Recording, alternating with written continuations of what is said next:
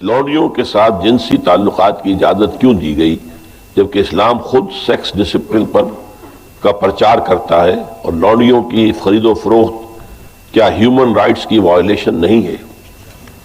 یہ مسئلہ ذرا ٹیڑھا ہے۔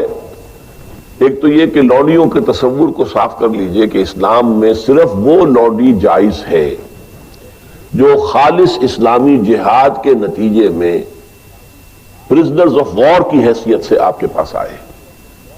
یہ نہیں ہے کہ کسی آزاد لڑکی کو، عورت کو پکڑا اور اسے زبردستی جو ہے وہ کہیں بیچ دیا اور وہ غلام ہو گئی، یا جیسے کہ امریکنوں نے کیا تھا کہ ہزاروں ویسٹ افریقن کنٹریز سے یہ حبشیوں کو پکڑا اور ان کو لے جا کے وہاں پر جو ہے منڈیوں میں بیچ دیا۔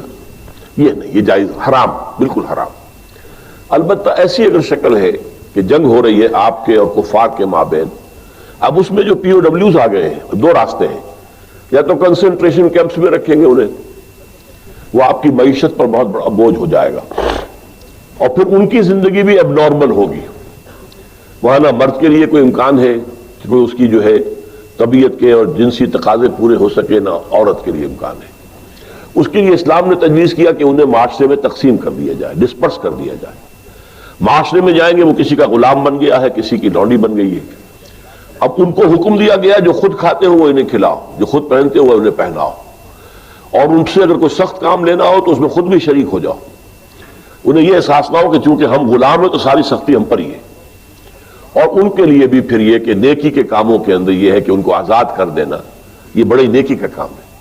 کوئی مرد کہتا ہے صاحب میں اتنے 1000 روپے آپ کو دے دوں گا محنت کر کے، کمائی کر کے، آپ مجھے آزاد کر دیں، اسے مکاتبت کہتے ہیں۔ یہ معاہدہ ہو سکتا ہے اور آپ کو اس کا معاہدہ قبول کرنا ہوگا۔ پھر وہ لونڈیاں جو ہیں وہ پھر ان مالکوں کے تصرف میں آتی ہیں۔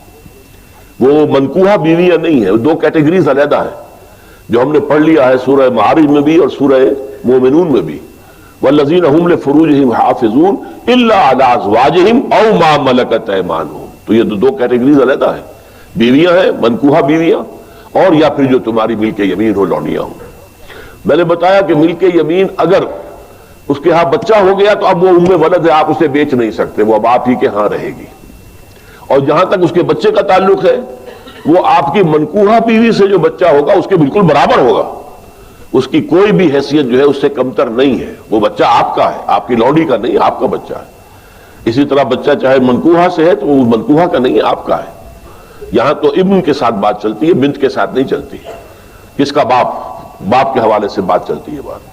تو اس اعتبار سے حل کیا گیا اس مسئلے کو ایک خاص انداز میں، اور اس انسٹیٹیوشن کو ختم نہیں کیا گیا۔ قرآن مجید میں جیسے تدریجاً شراب حرام کر دی گئی، تدریجاً سود حرام کیا گیا، اسے بھی حرام کیا جا سکتا تھا بالآخر، لیکن نہیں کیا گیا۔ اس کی وجہ کیا ہے؟ میرے خیال میں یہ ہے کہ اس دنیا کے آخری دور میں جس کا اب آغاز ہو رہا ہے، خالص اسلامی جہاد بھی ہوگا، کفار کے ساتھ جنگیں ہوں گی، مقابلے ہوں گے، اور اس میں پرزنرز آف وار کے لیے یہ راستہ جو ہے کھلا رکھا گیا ہے تاکہ اس وقت جو ہے سچویشن صحیح تو طریقے پر اس کو حل کیا جا سکے۔ ھذا ما عندی والعلم عند اللہ۔